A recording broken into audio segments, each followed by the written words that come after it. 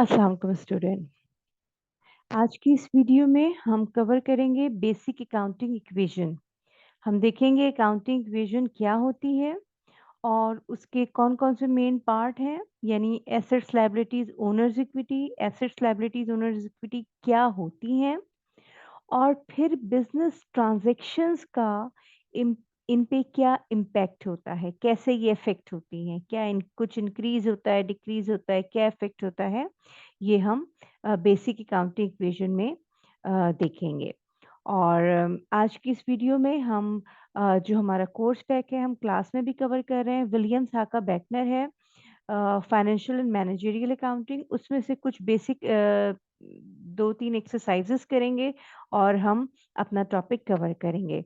तो basic accounting equation, assets is equal to liabilities plus owner's equity या stock holder equity, एक ही बात है। आप स्टॉक होल्डर इक्विटी कह लें, owners equity specifically for sole proprietor के लिए यूज होती है। हम ये डिस्कस कर चुके हैं लास्ट क्लासेस में कि ओनर्स इक्विटी और स्टॉक होल्डर इक्विटी में बेसिक क्या फर्क है। Assets is equal to liabilities plus owner's equity.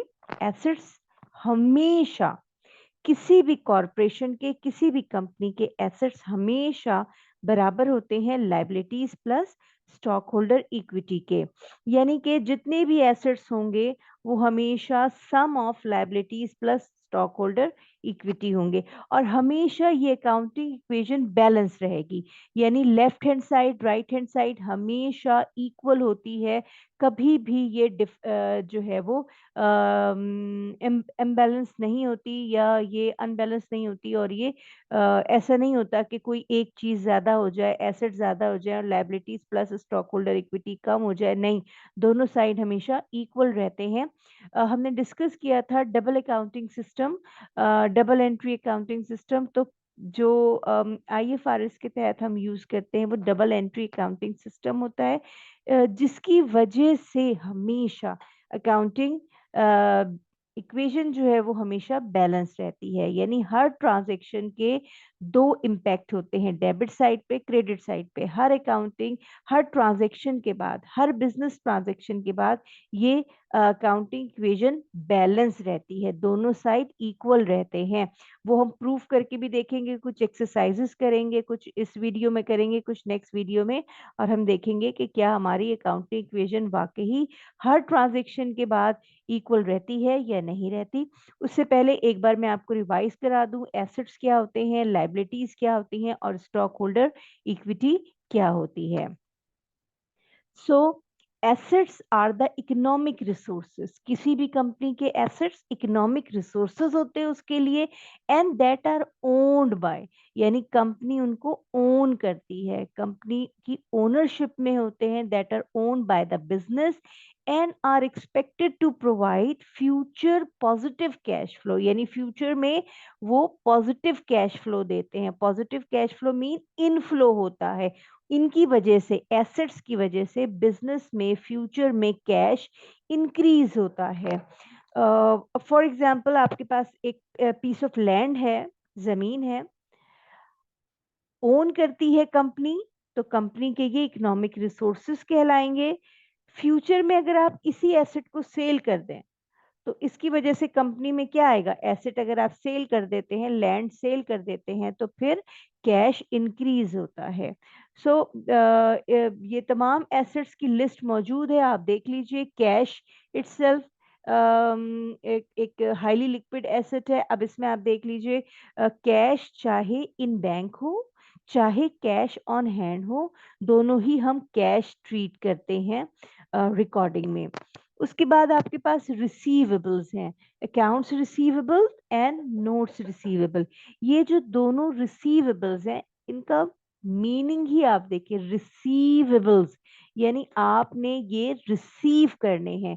तो ये सम ऑफ मनी होते हैं, ये वो पैसे होते हैं जो आपने फ्यूचर में रिसीव करने हैं अपनी किसी पास्ट ट्रांजैक्शन के अगेंस्ट। फॉर एग्जांपल हो सकता है आपने कोई क्रेडिट पे सेल की हो, उधार पे सेल की हो, कस्टमर ने कहा हो पेमेंट आपको 15 डेज बाद मिलेगी, तो जो पेमेंट 15 डेज बाद मिलने वाली होती है उसको आज हम अकाउंट्स रिसीवेबल या नोट्स रिसीवेबल के नाम से रिकॉर्ड करते हैं। अच्छा, अकाउंट्स रिसीवेबल और नोट्स रिसीवेबल में थोड़ा सा डिफरेंस है।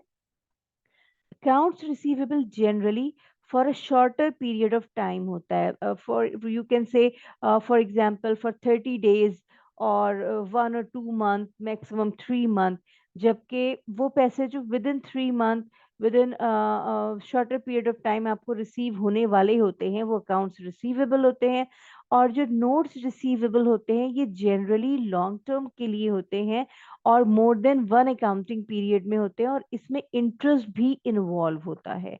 यानी आपने जो पैसे किसी से लेने हैं क्योंकि उसने 1 साल से ज़्यादा अरसे के लिए इस्तेमाल करने हैं तो फिर वो आपको इस पे इंटरेस्ट भी पे करता है।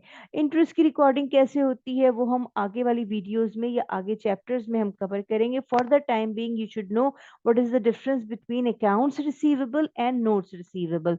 नोट्स रिसीवेबल आपने याद रखना है ये ओपन अकाउंट होता है 30 40 45 डेज के लिए। नोट्स रिसीवेबल के लिए आपको एक नोट साइन करना होता है और ट्रांजैक्शन में क्लियर मेंशन होगा। ट्रांजैक्शन में मेंशन होगा कि जो क्रेडिट आपने लिया है या जो क्रेडिट पे ट्रांजैक्शन की है वो आपने नोट साइन करके ली है तो हम उसको नोट कंसिडर करेंगे, नोट रिसीवेबल। रिसीवेबल्स के बाद हमारे पास सप्लाईज हैं। सप्लाईज लिखा हुआ होता है, स्टेशनरी लिखा होता है या फिर ऑफिस स्टेशनरीज लिखा होता है। तो सो सो द सप्लाईज या ऑफिस सप्लाईज या ऑफिस स्टेशनरीज, ये जो आप ऑफिस में pen pencil eraser printing papers tissue boxes वगैरह यूज करते हैं ये ऑफिस सप्लाईज होते हैं।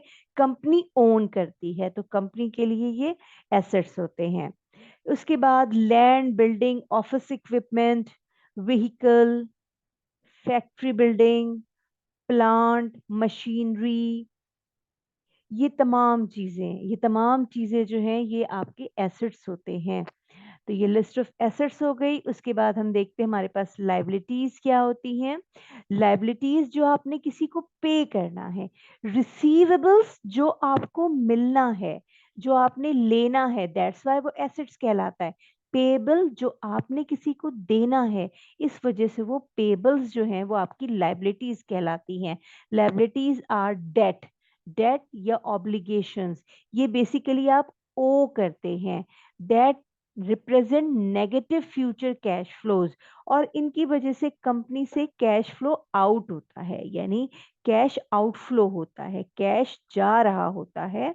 ये लाइबिलिटीज कहलाती हैं, ये डेट होते हैं कंपनी के। अब फॉर एग्जांपल आप देख लीजिए लिस्ट में यहाँ मौजूद है notes payable, accounts payable, salaries payable, कोई भी पेबल हो, रेंट पेबल हो सकता है, यूटिलिटीज पेबल हो सकता है, इंटरेस्ट पेबल, डिविडेंड पेबल्स, जितने भी पेबल्स होते हैं वो आपकी लाइबिलिटीज कहलाती हैं।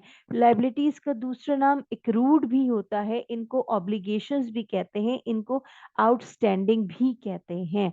तो ये लाइबिलिटीज होती हैं और उसके अलावा इसका जो थर्ड पोर्शन अकाउंटिंग इक्वेशन का होता है वो ओनर्स इक्विटी होता है। ओनर्स इक्विटी जो ओनर्स का पोर्शन होता है, ओनर्स का claim, owners equity represent the owner's claims to the assets of the business। अब इसका सिंपल इसकी एग्जांपल ये है कि आप एक बिजनेस स्टार्ट करते हैं और बिजनेस स्टार्ट करने के लिए आपको 3 लाख रुपए की जरूरत है। 3 लाख रुपए की जरूरत है, इससे आपने बिजनेस स्टार्ट करना है और आपके पास 2,20,000 रुपए मौजूद है। तो बाकी आप कहाँ से लाएंगे? जाहिर सी बात है फिर आप कुछ उधार ले लेंगे। तो ये जो उधार है ये लाइबिलिटी है जो कि 80,000 है। तो एसेट्स 3 लाख के हैं, ये 3 लाख के एसेट्स हैं। इस पे उधार 80,000 का है तो बाकी 220 का क्लेम एसेट्स पे किसका हो गया? ओनर्स का हो गया। तो ये ओनर्स क्लेम होता है, ओनर्स इक्विटी कहलाता है।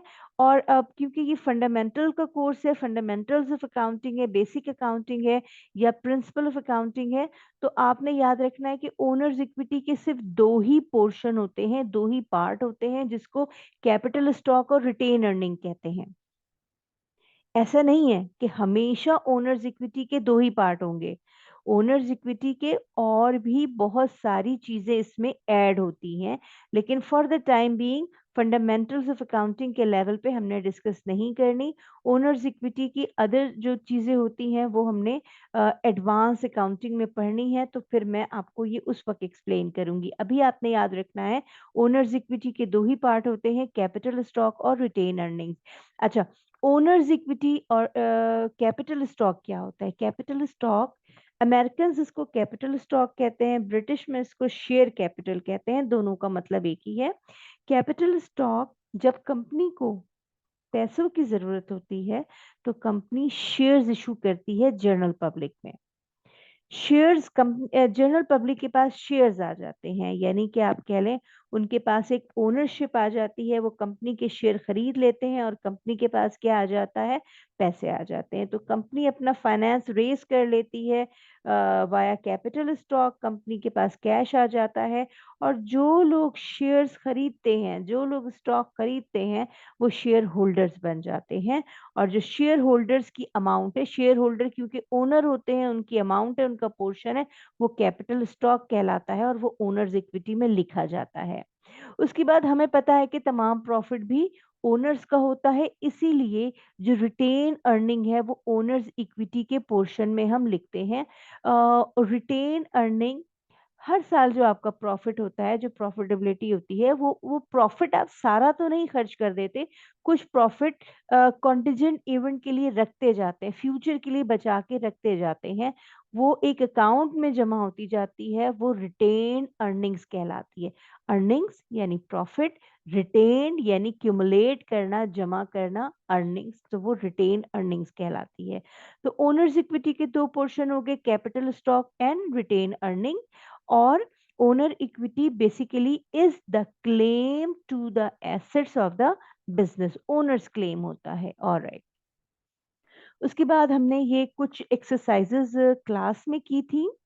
आज हम इस वीडियो में भी इन्हीं एक्सरसाइजेस की प्रैक्टिस करेंगे और हम ये देखेंगे कि ट्रांजैक्शंस के बाद डिफरेंट ट्रांजैक्शंस होती हैं, बिजनेस ट्रांजैक्शंस होती हैं, और उन ट्रांजैक्शंस के बाद अकाउंटिंग इक्वेशन पे क्या फ़र्क पड़ता है। क्या हमने जो थ्योरेटिकली अभी पढ़ा कि अकाउंटिंग इक्वेशन हर ट्रांजैक्शन के बाद बैलेंस्ड होती है, बैलेंस का मतलब लेफ्ट हैंड साइड और राइट हैंड साइड हमेशा इक्वल होती है, तो क्या ये वाकई इक्वल होती है कि नहीं होती, ये हम चेक करते हैं और ये हम वन बाय वन देखते हैं कि इनका इफेक्ट क्या होता है। तो ये आपके कोर्स पैक में है। ये कोर्स पैक बेसिकली चैप्टर है, चैप्टर 2 है। विलियम्स हाका बैटनर ऑथर है इनके, और इनकी जो बुक है वो फाइनेंशियल एंड मैनेजेरियल अकाउंटिंग की बुक है, बहुत मशहूर है, मीक्स एंड मीक्स के नाम से भी मशहूर है।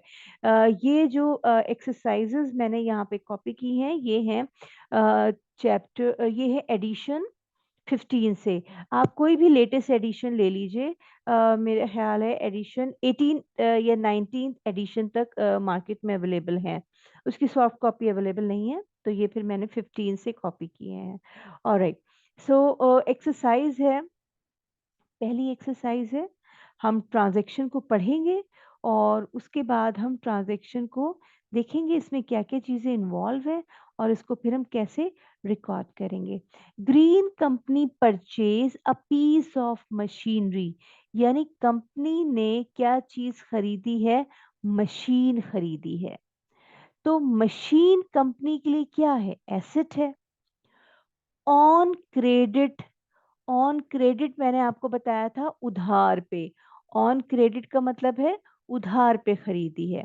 अब वो कहते हैं briefly state the way this transaction affect the companies basic accounting equation, ये ट्रांजैक्शन बेसिक अकाउंटिंग इक्वेशन को कैसे अफेक्ट करती है।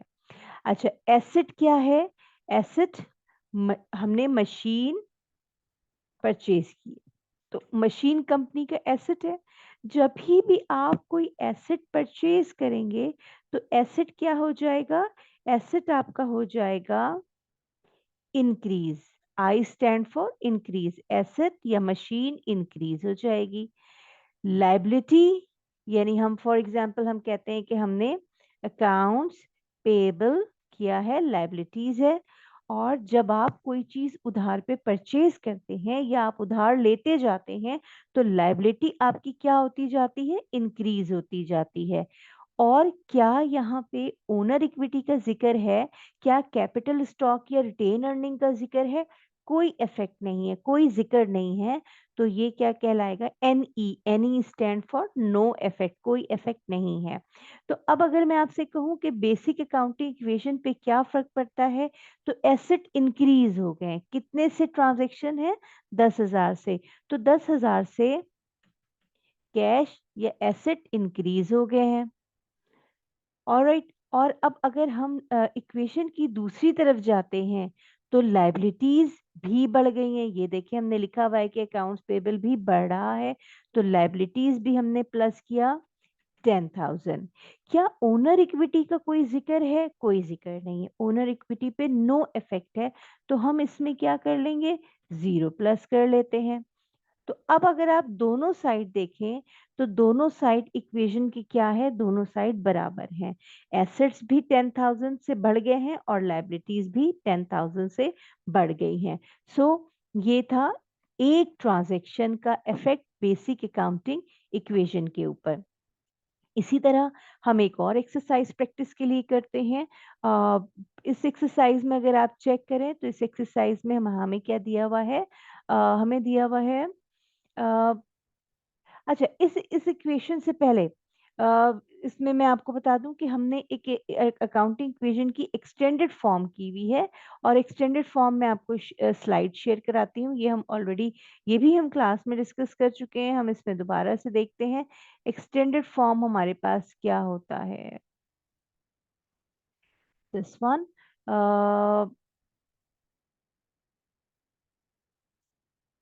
This one, yes. अभी मैंने आपको बताया था कि स्टॉक होल्डर इक्विटी जो है, स्टॉक होल्डर इक्विटी वो दो चीजों से बन के मिल के बनती है। और वो कौन सी दो चीजें होती हैं? कैपिटल स्टॉक और रिटेन अर्निंग। ये देखिए this one, stock holder equity consist of two things, stock common stock and retain earning. तो अगर अब मैं अपनी बेसिक अकाउंटिंग इक्वेशन की तरफ जाऊं और बेसिक अकाउंटिंग इक्वेशन को अगर हम देखें तो हम ये कह सकते हैं कि ओनर इक्विटी यानी कि ओनर इक्विटी दो चीजों से मिलके बनी है। कैपिटल स्टॉक, पूरा लिख देते हैं, कैपिटल स्टॉक एंड एंड की बजाय capital stock plus retain earnings. So अगर मैं एक्सटेंडेड फॉर्म लिखूं बेसिक अकाउंटिंग इक्वेशन की एक्सटेंडेड फॉर्म, तो वो यूं बन जाती है कि एसेट्स बराबर हैं तमाम लाइबिलिटीज प्लस, अब मैं ओनर्स इक्विटी के बजाय अगर मैं ये लिख दूं कि कैपिटल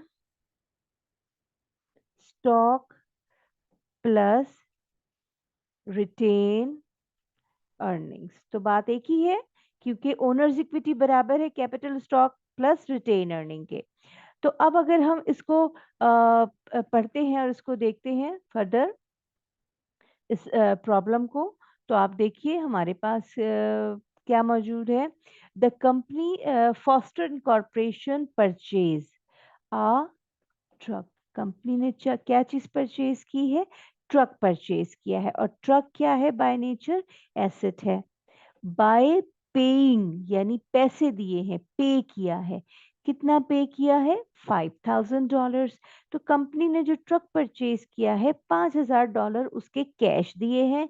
एंड बोरोइंग, और बोरोइंग की है, उधार लिया है द रिमेनिंग 25,000 और बाकी 25,000 का उधार लिया है। तो अगर अब आप गौर से देखें इस ट्रांजैक्शन को तो एसेट इन्वॉल्व है। कौन सा एसेट इन्वॉल्व है? ट्रक। ट्रक एसेट है, ठीक है। और क्योंकि आपने परचेज किया है तो प्लस हो रहा है, लेकिन कैश भी एसेट है और आपने पे किया है, किसी को दिया है, तो कैश क्या हो रहा है? माइनस हो रहा है। एक एसेट प्लस हो रहा है, एक एसेट माइनस हो रहा है। उसके बाद आपने कुछ उधार भी लिया है, कहीं पे साइन अ नोट नहीं लिखा हुआ, तो हम इसको सिंपल अकाउंट्स पेबल कहेंगे, उधार लिया है आपने। और क्या ओनर इक्विटी का जिक्र है? ओनर इक्विटी का कोई जिक्र नहीं है। ओनर इक्विटी नो इफेक्ट है, ओनर इक्विटी इसमें इन्वॉल्व नहीं है।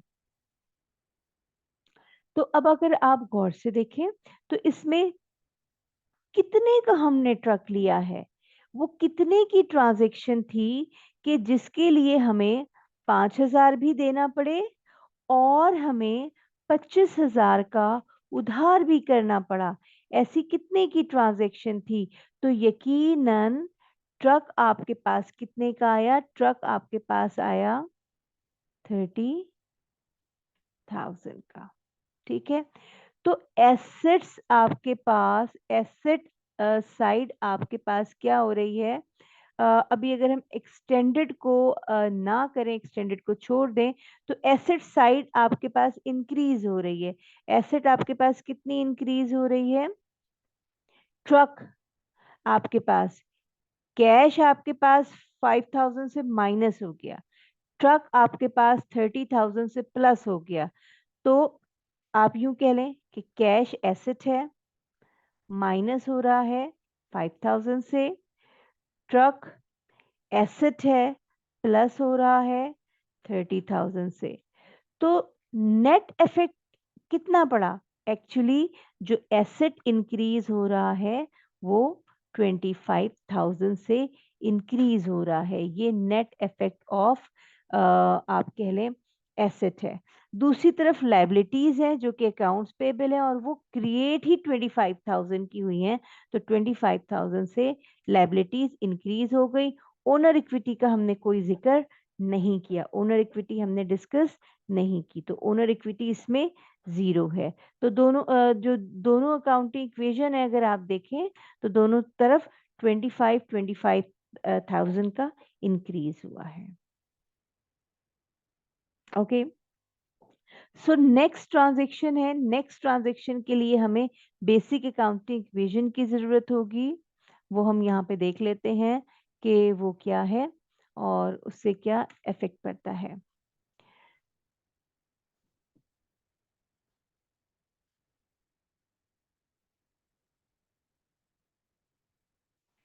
नेक्स्ट एक्सरसाइज है, ब्रीफ एक्सरसाइज है 2.3। अंबर कंपनीज टोटल एसेट्स दिए हुए हैं 150 एंड लाइबिलिटीज टोटल दी हुई है 185। What is the amount of retain earning where is capital stock 50,000 दिया हुआ है, यानी क्या चीज मिसिंग है? रिटेन अर्निंग मिसिंग है, वो हमने फाइंड आउट करना है। अब यहाँ पे बेसिक अकाउंटिंग इक्वेशन जो है वो एक्सटेंड हो गई है, हमने ओनर्स इक्विटी को एक्सपेंड कर दिया कैपिटल स्टॉक और रिटेन अर्निंग में, क्योंकि हमें पता है ओनर्स इक्विटी दो चीजों के बराबर है, capital stock and retain earning, इसी वजह से हमने इसको एक्सटेंड कर दिया है। ऑलराइट, सो अब अगर मैं यहाँ पे इसका अकाउंटिंग इक्वेशन पे इफेक्ट लिखना चाहूँ तो टोटल एसेट्स बढ़ रहे हैं, तो टोटल एसेट्स मैंने क्या किया? प्लस कर दिया। कितने बढ़ रहे हैं? 150,000। ऑलराइट, दूसरी तरफ ओके, सो दूसरी तरफ आप देखें लाइबिलिटीज हमारे पास उधार कितना इंक्रीज हो रहा है? उधार हमारे लाइबिलिटीज इंक्रीज हो रही हैं 85,000। फिर हमारे पास कैपिटल स्टॉक भी इंक्रीज हो रहा है, कितना है, या कैपिटल स्टॉक हमें दिया हुआ है, कितना कैपिटल स्टॉक दिया हुआ है 50,000। और हमें क्या चीज़ नहीं दी हुई है, हमें रिटेन अर्निंग नहीं दी हुई है, और वही हमने फाइंड आउट करना है। रिटेन अर्निंग नहीं दी हुई है, वो हमने फाइंड आउट करना है। ओके, सो आपको ये बात तो पता होगी बेसिक अकाउंटिंग इक्वेशन में कि साइन ऑफ इक्वालिटी की तरफ दूसरी चीजें ले जाते हैं जब कोई चीज मिसिंग वैल्यू फाइंड आउट करनी हो, और जो अमाउंट प्लस होती है वो दूसरी तरफ जाके माइनस हो जाती है, जो माइनस होती है वो दूसरी तरफ जाके प्लस हो जाती है। सो ये 150 पहले से मौजूद है, 85 दूसरी तरफ से आके यहाँ माइनस हो गया, 50 दूसरी तरफ से आके यहाँ माइनस हो गया, और यहाँ पे हमारे पास क्या रह जाएगा, रिटेन अर्निंग। अगर आपने रिटेन अर्निंग फाइंड आउट करना है तो इसका हम देख लेते हैं प्लस माइनस करके क्या आंसर आ रहा है, और हियर इज द आंसर।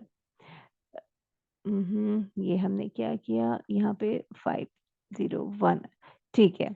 तो अब देख लीजिए 15,000, यानी कि हमारा जो आंसर आ रहा है वो 15,000 आ रहा है, दिस वन। हमने रिटेन अर्निंग फाइंड आउट किया, और ये हमने बेसिक अकाउंटिंग इक्वेशन की मदद से एक एक्सटेंडेड अकाउंटिंग इक्वेशन बनाई, और एक्सटेंडेड अकाउंटिंग इक्वेशन से हमने मिसिंग फिगर्स फाइंड आउट की।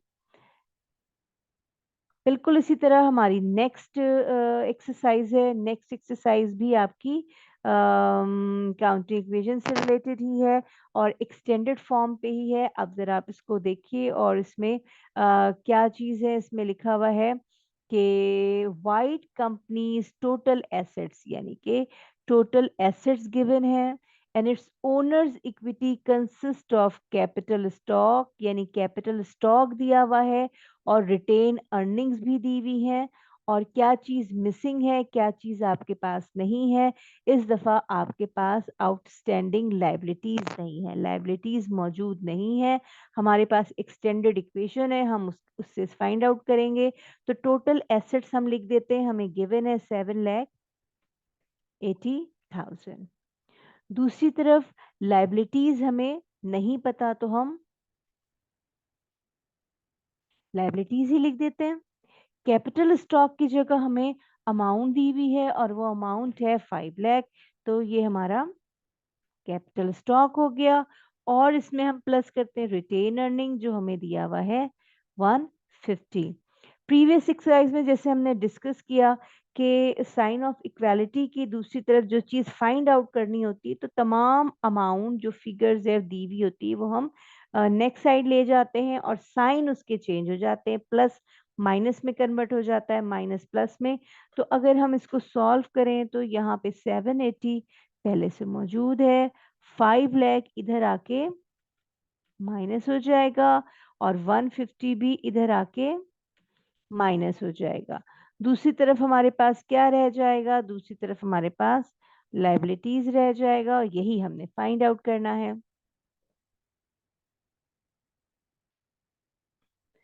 तो हम कैसे इसको फाइंड आउट करेंगे, हम देखेंगे कि हमारे पास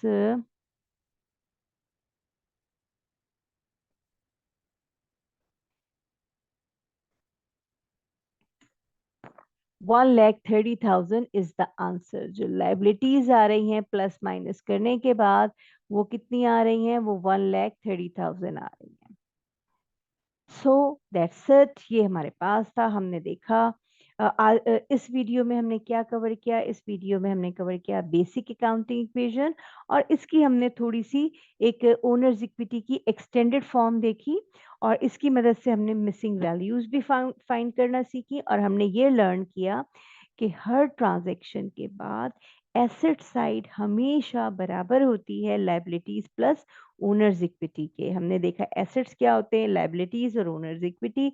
नेक्स्ट वीडियो में हम जो कवर करेंगे वो मजीद एक्सटेंडेड फॉर्म होगी। हम देखेंगे कि जो प्रॉब्लम है 2.3a 2.4a, हम देखेंगे कि मल्टीपल ट्रांजैक्शंस का अकाउंटिंग इक्वेशन पे क्या इफेक्ट होता है, क्या बहुत सारी ट्रांजैक्शंस के बाद भी अकाउंटिंग इक्वेशन बैलेंस रहती है, और उसको हम किस तरह से अकाउंटिंग इक्वेशन में इनकॉर्पोरेट करते हैं। सो हम एसेट्स को भी डिफरेंट एसेट्स में एक्सपेंड करेंगे, लायबिलिटीज़ को भी और ओनर्स इक्विटी को भी एक्सपेंड करेंगे और फिर हम देखेंगे नेक्स्ट वीडियो में। सो इस वीडियो के लिए हमने यहीं तक कवर करना था। That's it. Take care class. अल्लाह हाफ़िज़। ईमेल मैंने दी हुई है, अगर आप चाहें तो मुझे कोई क्यूरीज़ हो ईमेल करें या वीडियोज़ पे कमेंट करें तो फिर मैं आपको उसका रिप्लाई भी करूँगी। So take care class. अल्लाह हाफ़िज़।